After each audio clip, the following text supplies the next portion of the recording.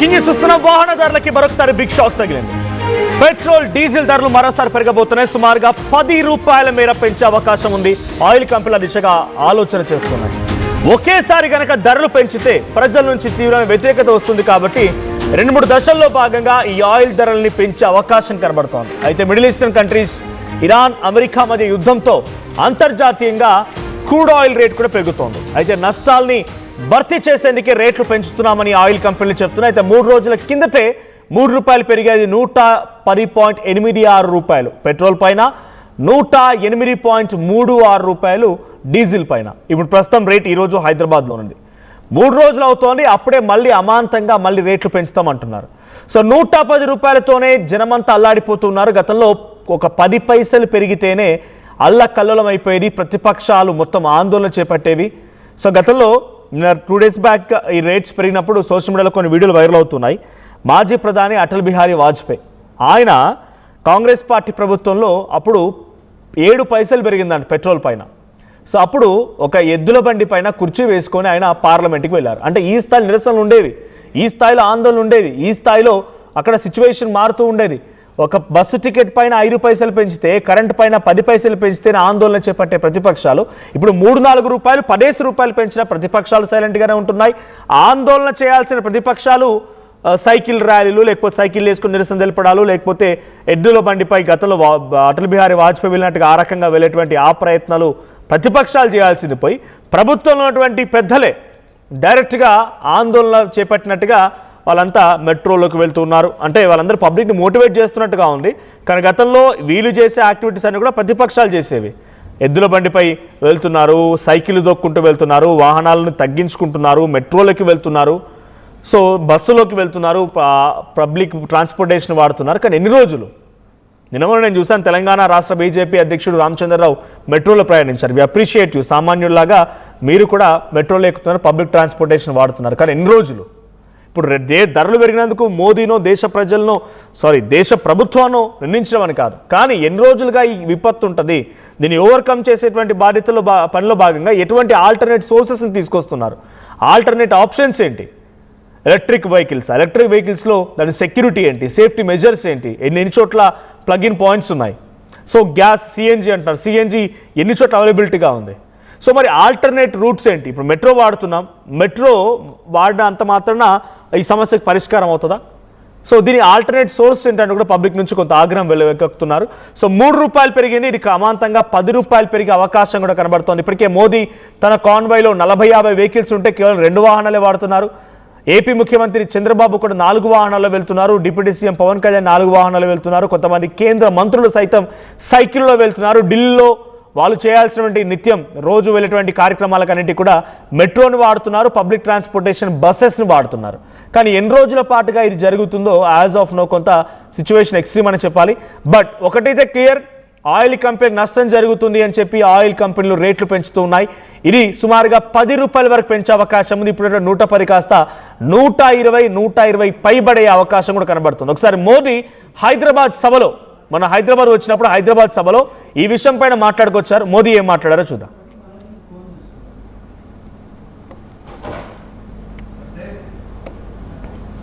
आज जो संकट है उसमें हमें विदेशी मुद्रा बचाने पर भी बहुत जोर देना होगा, क्योंकि दुनिया में पेट्रोल डीजल इतना ज्यादा महंगा हो गया है, पहले से कई गुना ज्यादा कीमतें बढ़ गई है.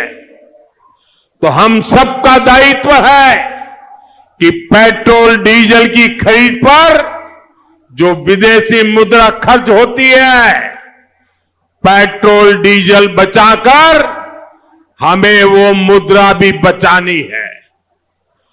साथियों, आज जो संकट है उसमें हमें विदेशी मुद्रा बचाने पर भी बहुत जोर देना होगा, क्योंकि दुनिया में पेट्रोल डीजल इतना ज्यादा महंगा हो गया है. రైట్, ప్రపంచ దేశాల్లో పెట్రోల్ డీజిల్ వినియోగం పెరిగింది. అట్ ది సేమ్ టైం యుద్ధం నేపథ్యంలో సప్లై కూడా తగ్గిపోతోంది. కాబట్టి మనం వాటిని తగ్గించడం, అంటే వాటిని వినియోగించడం తగ్గించాలి. ఇది మోదీ మొన్న హైదరాబాద్కు వచ్చినప్పుడు పరేడ్ గ్రౌండ్లో ఆయన చేసే ప్రసంగం. బంగారం కొనొద్దు, ట్రిప్స్ ఆపేయండి, విదేశాలకు వెళ్ళేవాడు వెళ్ళకండి, తర్వాత ఏదైనా ఎక్కువగా మీరు ఖర్చు చేయాలనుకుంటే ఖర్చును కూడా తగ్గించుకోండి అంటున్నారు. అంటే ఇవన్నీ కూడా గతంలో ఇట్స్ డిక్లేర్డ్ ఎమర్జెన్సీ డిక్లేర్ చేసేవారు. But it's an indication to emergency. Modi చెప్పిందేమో ఇండికేషన్ టు ఎమర్జెన్సీ. గతంలో 1970s ఆ టైంలో కాంగ్రెస్ గవర్నమెంట్ ఉన్నప్పుడు ఎమర్జెన్సీ డైరెక్ట్గా డిక్లేర్ అయింది. ఇప్పుడేమో it's an indication to emergency. బంగారం కొనొద్దనడం, ట్రావెల్స్కి బంద్ చేయమని చెప్పడం, ఖర్చును తగ్గించుకోమనడం, ఇవన్నీ కూడా మరి ఒక వ్యక్తి నేను ఒక నెలకి 1 లక్ష రూపాయలు ఖర్చు చేస్తున్నాను అనుకుంటే ఆ 1 లక్ష రూపాయలు ట్యాక్స్ ఎంత పోతుంది గవర్నమెంట్కి? ఆ రకంగా గవర్నమెంట్కి ఆదాయం దొరుకుతున్నట్టే కదా. ఇప్పుడు నేనే ఖర్చు చేయడం మానేస్తే గవర్నమెంట్కి ఆదాయం ఎట్లా వస్తుంది? సో గవర్నమెంట్కి ఆదాయం ఎట్లా వస్తుంది? గవర్నమెంట్ డెవలప్మెంట్ యాక్టివిటీస్ ఎట్లా చేస్తుంది? సో వాళ్ళకి అంటే ఇది it's an indication of emergency కనబడుతోంది. మేము సిచ్యువేషన్లో లేమని రకంగా మోదీ చెప్తున్నట్టుగానే ఉంది. సో మీరు కూడా రియాక్ట్ అవ్వండి. సో ఎన్నికలు కాగానే రేట్లు పెంచుతున్నారా, జనాల్ని మోసం చేస్తున్నారా? ఇది ప్రతిపక్షాల వర్షన్. సో మీరేమనుకుంటున్నారు? ఇక్కడ ఓటింగ్లో పార్టిసిపేట్ చేసే ప్రయత్నించండి. ఇప్పటివరకు 70% అవును ఎన్నికలు అయిపోగానే రేట్లు పెంచుతున్నారని చెప్తున్నారు. కొన్ని కామెంట్స్ కూడా వస్తున్నాయి. మీరు కూడా నాతో లైవ్లో ఇంటరాక్ట్ అవ్వాలి, మీ అభిప్రాయాన్ని వ్యక్తం చేయాలి. ఈ పెట్రోల్ డీజిల్ ధరలు పెరగడం అంటే కేవలం మీ బైక్లో పోసేటువంటి నెలకి 1000 రూపాయల పెట్రోల్ పోస్తే ఈసారి అదనంగా ఆల్మోస్ట్ 1000 అంటే 9 లీటర్ల పెట్రోల్ వస్తుంది అనుకోండి. ఇప్పుడు 8 లీటర్లు 7 లీటర్లు వస్తుంది. మీ పైన మహా అయితే 200-300 భారం పడుతుందేమో, 200 to 300. కానీ దీని ఎఫెక్ట్ ఎలా ఉంటుంది తెలుసా? మీకు రోజు పాల ప్యాకెట్స్ వస్తూ ఉంటాయి. ఏదో పాల ప్యాకెట్ మీరు పర్చేజ్ చేస్తారు. ఈ పాల ప్యాకెట్ల పైన రేటు పెరుగుతుంది. మీకు కర్డ్ ప్యాకెట్స్ పైన రేటు పెరుగుతుంది. మీకు సప్లై అయ్యేటువంటి ఆయిల్ పై రేటు పెరుగుతుంది. బికాస్ ట్రాన్స్పోర్టేషన్ ఎక్కడి నుంచి పట్టుకోవాలి? మరి ట్రాన్స్పోర్టేషన్ వెహికల్లో పెట్రోల్ డీజిల్ పోయరా? సో ట్రాన్సిట్ ఛార్జెస్ పెరుగుతాయి, ట్రాన్స్పోర్టేషన్ ఛార్జెస్ పెరుగుతాయి. కాబట్టి ఆటోమేటిక్గా గూడ్స్ పై ధరలు పెరుగుతాయి. ఈరోజు సండే మరంతా చికెన్ సెంటర్ల ముందు, మటన్ సెంటర్ల ముందు కూర్చొని ఉంటారు, నిల్చొని ఉంటారు, బహుశా ఇప్పటికీ క్యూలు కట్టుంటారు. వాటిపైన కూడా రేట్స్ పెరుగుతాయి. అఫ్కోర్స్ ఒక్కసారి పెట్రోల్ డీజిల్ పై రేట్ పెరిగిందంటే దీని ప్రభావం ప్రతి గూడ్స్ పైన ఉంటాయి. సో ఈ చికెన్ అయితే, లేకపోతే ఈ హెన్స్ని, మటన్స్ని, లేకపోతే ఈ కూరగాయలు అయితే మెట్రోలు తీసుకురాలేం కదా. మనుషులం అంటే మెట్రోలో వెళ్ళొచ్చు. మరి ఇప్పుడు ఆల్టర్నేట్ సోర్స్ ఏంటి? మెట్రోలో వీటిని తరలించలేం, గూడ్స్ని వీటన్ని తరలించలేం. రేట్లు పెరిగితే ఎవరు దీనికి రెస్పాన్సిబుల్గా ఉండాలి? ఏ రకంగా ఓవర్కమ్ చేయాలి? సో కమ్యూనికేట్ చేస్తున్నారు, చాలామంది కామెంట్ చేస్తున్నారు ఇక్కడ. సో కామెంట్ వచ్చింది, Rahul Gandhi said long back but BJP after election they had increased. ఈ విషయాన్ని రాహుల్ గాంధీ ఎప్పుడో చెప్పారని ఒక సిద్ధు సతీష్ అంట కామెంట్ చేశారు.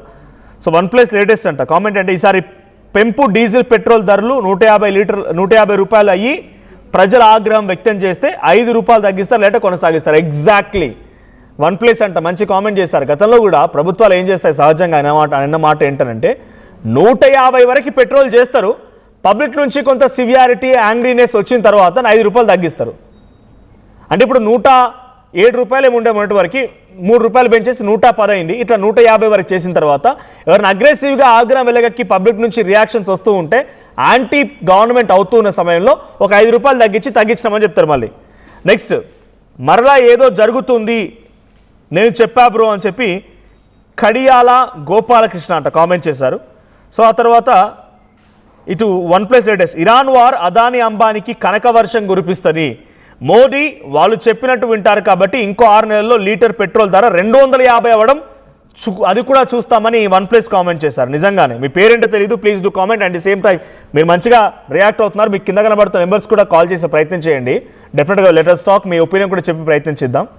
సో బంకులు ఓకే, బయట కూడా దొరుకుతుంది. 3 పెంచితే 5 పెంచుతున్నారు. నిజంగానే బంకులో 110 రూపాయలు అనుకుంటే గ్రామీణ ప్రాంతాల్లో ఈ పెట్రోల్ పంప్స్ ఉండవు. అక్కడ ఉన్నటువంటి కిరాణా కొట్టులోనే ఈ పెట్రోల్ అమ్ముతూ ఉంటారు. చాలామంది అక్కడక్కడనే కొనుక్కుంటూ ఉంటారు. గతంలో 107 రూపాయలు ఉన్నప్పుడే అక్కడ 140 రూపాయలు ఉండేది కిరాణా షాపులో గ్రామీణ ప్రాంతాలలో. ఇప్పుడు 3 రూపాయలు పెంచితే వాళ్ళు 5 రూపాయలు పెంచుతారు. మళ్ళీ మొత్తం 145 అవుతుంది. అంటే 145 అప్రాక్స్ గ్రామీణ ప్రాంతాల్లో 1 లీటర్ పెట్రోల్ విషయంలో. సో నిజంగా ఆయన చెప్పిన కామెంట్ కరెక్టే. తర్వాత గంటి కళ్యాణ్ ఎస్ అంటున్నారు. ఎలక్షన్ తర్వాత పెంచారా అంటే ఎస్ అంటున్నారు. సో ఆల్రెడీ 2 నెలల క్రితమే హెచ్చరించారు, సంక్షోభం రావచ్చు, జాగ్రత్త పడని చెప్పి ఉన్నారు. సో హెచ్చరించారు ఓకే, బట్ ఆ హెచ్చరికల్లో నుంచి ఎలా బయటపడాలి అనే ఆలోచన